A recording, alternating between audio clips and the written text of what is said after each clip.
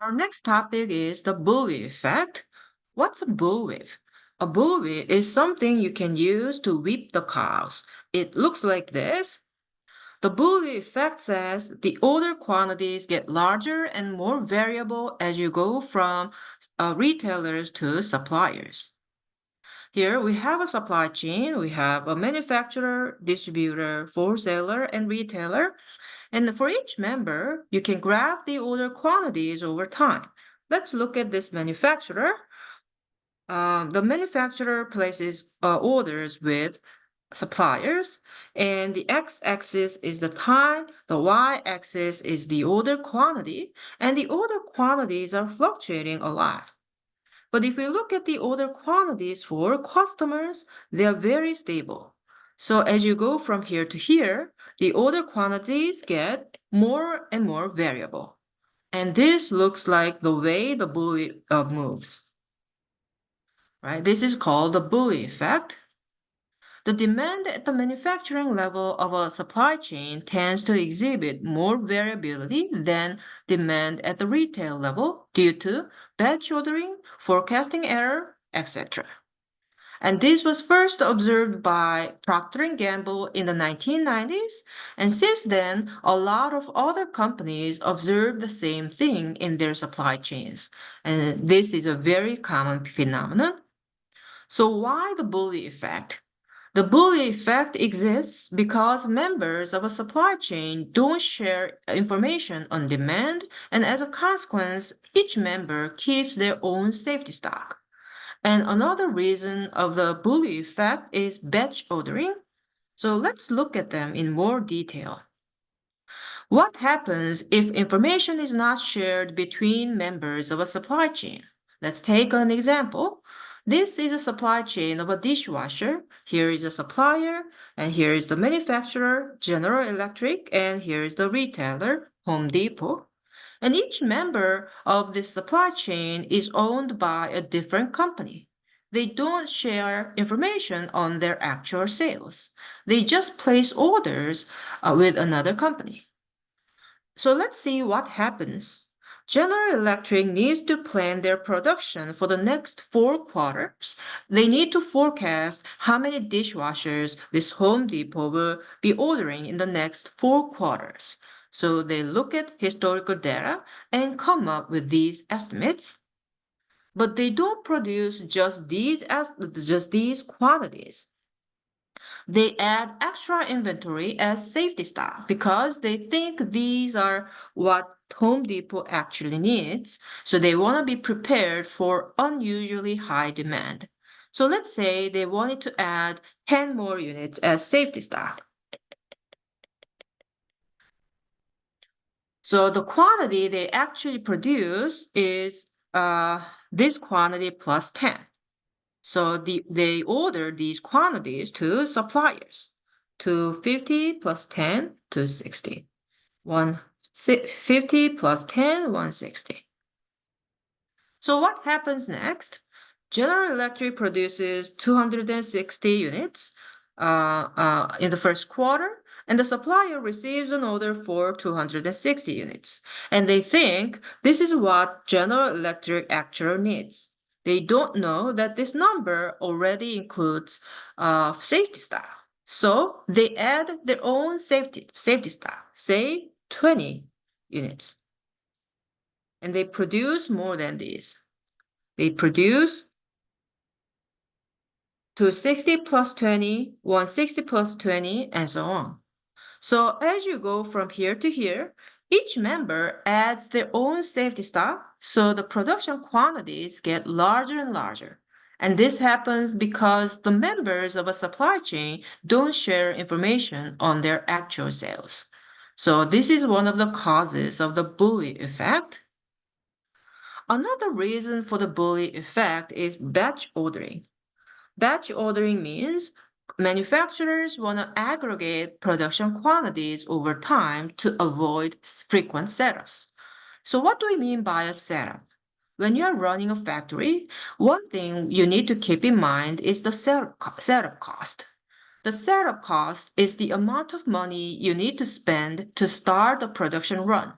To, To start producing your product, you need to set up your machines, warm them up, and adjust the settings of the machines. And this can take up to several hours. And you need to pay your workers during these hours. And that's the setup cost. Typically, the setup cost is significantly high. So whenever you start a production run, you don't want to produce just one unit or two units. You want to produce a bunch of units before you switch to another product because when you switch to another product, you need to set up your machines again and there is another setup cost. So the number of units you produce in a production run is called the production lot size. And as the production lot size gets larger and larger, the per unit production cost gets lower. So manufacturers tend to aggregate production quantities over time so that they don't need to set up their machines too frequently. So in the previous example, this was the planned production. Now, what happens if we aggregate these orders? Instead of producing 210 in quarter one, 160 in quarter two, and so on, we can produce 210 plus 160 in the first quarter and 330 plus 610 in the third quarter. So that way, we only need to set up the machines twice a year rather than 4 times a year. So this way we can reduce the setup cost, but this will make the order quantities more variable. Next, what happens to the supplier? They also like to batch their orders. These are their order quantities. But instead of producing 370 units in quarter one and 940 units in quarter three, they can also aggregate these and produce 370 plus 940 in the first quarter. So that way, they can set up their machines only once a year rather than twice a year. So this way, they can reduce their setup cost, but this will make the production quantities even more variable. So a batch ordering is another cause of the bully effect. So let me ask you a question. Is the bully effect a good thing or a bad thing? This is a bad thing because it makes the members of a supply chain keep extra inventory, and they don't even need that extra inventory. So why should we be concerned about the bully effect? A supply chain can carry unnecessary inventory due to the bully effect. Next, how can we reduce the bully effect? It can be reduced when supply chain members share information on demand forecasts. And supply chain members can share information using information technology. Technologies that enable supply chain members to share information are called enablers. The examples are barcodes, RFID, and EDI. Barcodes contain a product description, its source and destination, the price, and the other information. Supermarkets scan barcodes at checkout stands to read prices, products, and manufacturers.